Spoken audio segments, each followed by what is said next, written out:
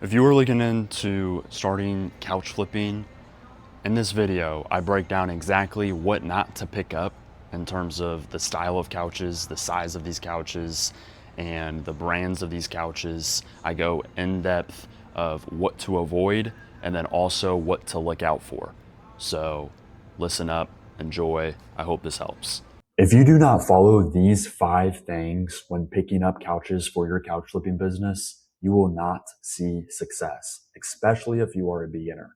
So in this video, I'm going to be breaking down 5 things that you need to stay away from in order to be successful couch flipping. And when you go on Marketplace, when you go to try to find your couch, try to pay for a couch, go to pick it up, you need to look out for what I'm about to tell you. And the first thing is love seats. The reason why I say to stay away from love seats is because not a lot of people are looking for them. Majority of people looking for a used couch are looking for sectionals, and love seats is not a common thing that people look out for. Do I get people who come by the warehouse every now and then looking specifically for a love seat, specifically for a smaller sofa? Sure. But is it majority of the people? No, not even close. So a lot of people simply do not look out for love seats. So certainly do not make it your first couch that you pick up. The next thing is outdated patterns. So things that you will see in your grandma's house, those type of couches, those are couches you need to stay away from.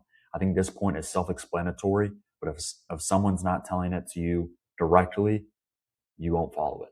So do not pick up outdated patterns. These are the older looking couches.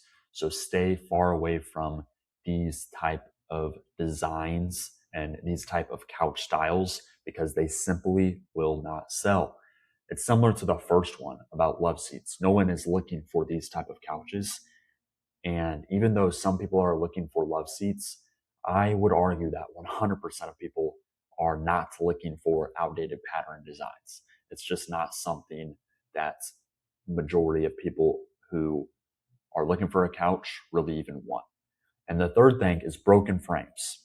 So I want to make it clear, as couch flippers, we're here to buy couches and sell couches, right? We're here to make money. We're not here to be a furniture repair company. We're here to flip couches, make cash. And maybe for you, it's to replace your 9 to 5 job and build an actual couch flipping company. Or maybe for you, you're just looking to supplement your income with couch flipping and you're just looking to make money. Look, we're here to sell couches regardless, right? And with that being said, we do not want to pick up couches that require a lot of repair, a lot of cleanings, and a lot of attention in general. So anything with a broken frame, I personally always pass on because I simply do not know how to repair it. If you have previous experience with repairing couch frames, repairing couch springs, and you think you can make money when you pick up that couch with that damage, sure, go right ahead. If you think it's going to be a simple fix, and if you're not, and if you know it's not going to take a ton of your time, sure, of course. But I would argue that most of you watching this video do not have those type of skills. So with that being said, just stay away from it. You're better off passing on that couch and just picking up one without the spring damage, without the frame damage, because it will save you a lot of time. The next thing is smoke or urine odor. And the reason why I say this is because I picked up a couch when I first started out couch flipping that had a smoke odor on it. And I didn't really know about a smoke odor or a cigarette odor. I did not know that it attached to fabric like it did. And I did not know that you can hardly get it out. And I cleaned that couch day and night for like a couple of days, and it still didn't come all the way out. It did have a faint smoke odor to it at the end of it all, so I did get majority of it out. However, I didn't even get 100% of the odor out after cleaning it for like a couple of days. It's such a waste of time. Again, you're much better off just passing on these type of couches and moving on to a different couch that doesn't have this type of odor, because smoke or urine odor it's super difficult to get out. And like I said in the previous point, we're not furniture repair companies, nor are we a professional upholstery cleaning company. We're here to buy couches, present them in a very professional manner on Facebook Marketplace, and make them look very nice. And from there, sell them. From there, make money. From there, deliver them for people. And that's what we're here to do, right? We're not here to waste a ton of our time cleaning these couches and making them look like brand new, right? We're here to clean them up, yes, but we're not here to waste our time on these type of activities because these are just way too big to solve and to have a successful couch flipping operation, and because it would just waste so much of your time. So with that being said, the next one is cheap brands. Okay. Cheap brands are the Wayfair and Amazon couches. And the reason why I say is stay away from these is because people simply do not appreciate them, right? I wouldn't want a Wayfair or Amazon couch. If I did, I would go to Wayfair and Amazon and buy one, right? So one, there's just not really much margin there that you can price that couch under its original brand new price tag because they already are so cheap.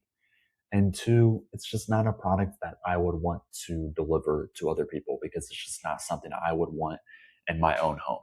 Can you make money with these type of couches if they're in good shape, if they're a good style? Sure you can, right? 200-300 bucks. But is that something that you really want to sell to other people? Probably not, right? So that's why I always stay away from them. And honestly, at this point, I think people are just aware of these cheap brands and they personally want to stay away from them as well.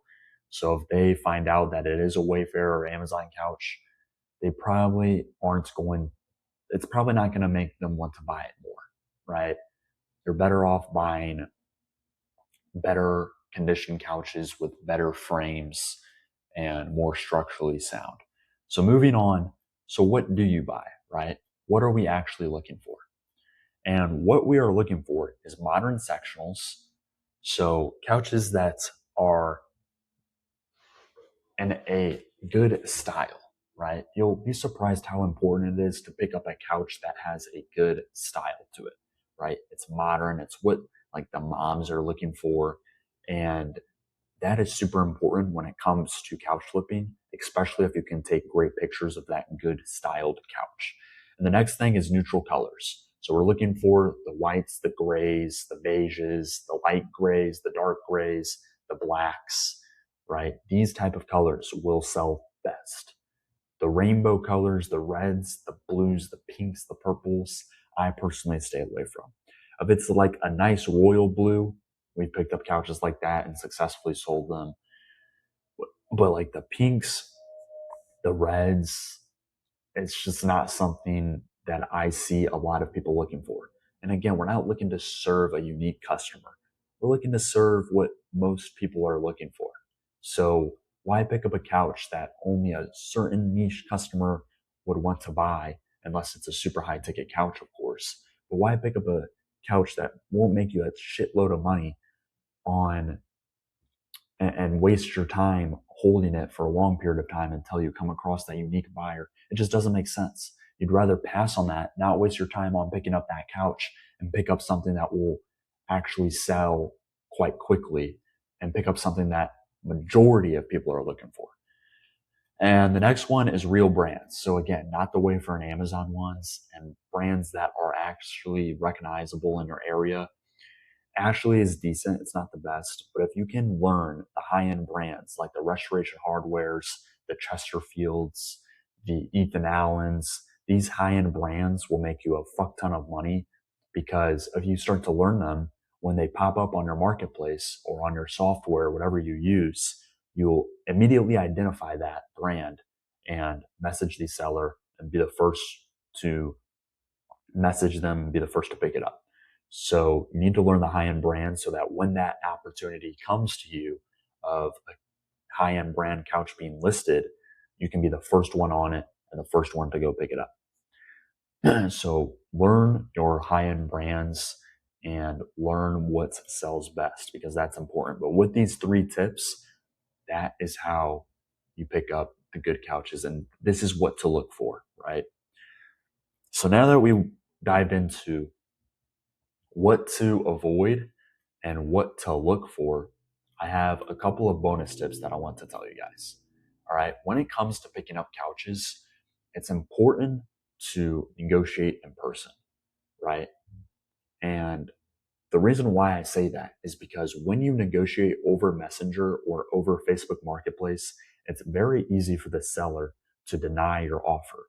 And the reason why is because it's harder to deny your offer in person than sending a simple text message, right? The reason why they deny your offer over Marketplace or over Messenger is because it's very easy to just text and deny someone, reject the offer via a simple text message.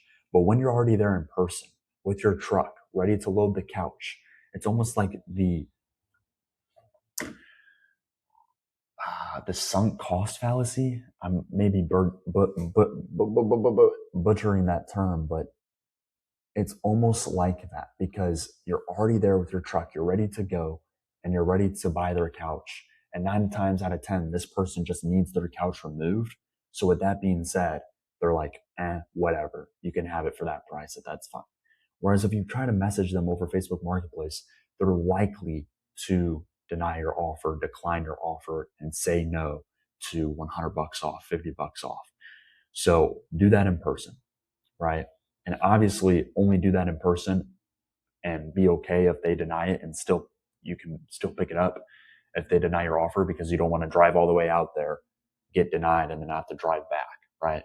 Of course, be okay with the price that they do end up denying your offer, but always negotiate. And if you're going to negotiate in person.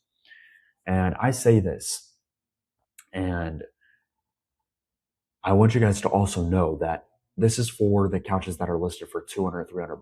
If a couch is listed for 600, $800, it all depends on the brand. It all depends on what it can pay you for. But the average couch that you're going to sell for $600 to $800, if it is listed for, 3 to 4 to 500, it's listed pretty high. Sure, send them a message, see if they're flexible on the price at all, right? But I'm talking about the ones where it's 200, $300, it's already a good deal, and you're just negotiating a bit lower to save money, to directly put money in your pocket. Those are the deals that I'm referring to when I talk about that tip. All right. The second bonus tip is to always be buying, because you never know when a slow period will come around and all of a sudden you see no couches on Facebook Marketplace, there's no couches to pick up, and you need inventory, right? The reason why I say always be buying is, for one, the reason I just listed, right? There can always be a dry time with couch pickups. But for two, every single couch that you pick up will sell, right? And the more options that you have for your customers, the more likely you'll be able to sell couches. So always be buying, always keep a high inventory, and always be picking up couches, right? When there's a good deal, there's a good deal. You have to go out and get it. Okay. Now, the third tip is to spend money. And what I mean by this is, for those high-end brands and those couches that you pick up that are going to sell for a lot more than your $500, $600, $800 couches, those type of couches, it's important that you understand that it is okay to spend a couple $100, 500, 600, up to $1,000+ on buying the couch if it's going to make you money, right? A couple of weeks ago, I spent the most money I've ever paid for a couch. It was a gray Restoration Hardware couch that was a 2-piece sectional, and I spent $1,600 on it. 2 to 3 weeks go by, I sell it for $3,000. Okay, so you have to understand and know when it is the right time to spend money, because it will pay you, right? If I would have passed thinking that $1,600 would have been too expensive for me, I would have lost $1,400 gross profit, right? Think about that. So be prepared to spend money, especially as you start to scale and start to make money from these couches. Be prepared to spend money. Don't be afraid to spend money when you have a opportunity to purchase high-end couches. And if you are looking to start couch flipping or scale your current couch flipping operation, book a call with me in the description, and I will personally hop on a call with you to see if you're a good fit for my one-on-one coaching program. So hope you guys enjoy this video, and I hope it helps. If there's one thing I can end this off with, is that if you're considering couch flipping, just start.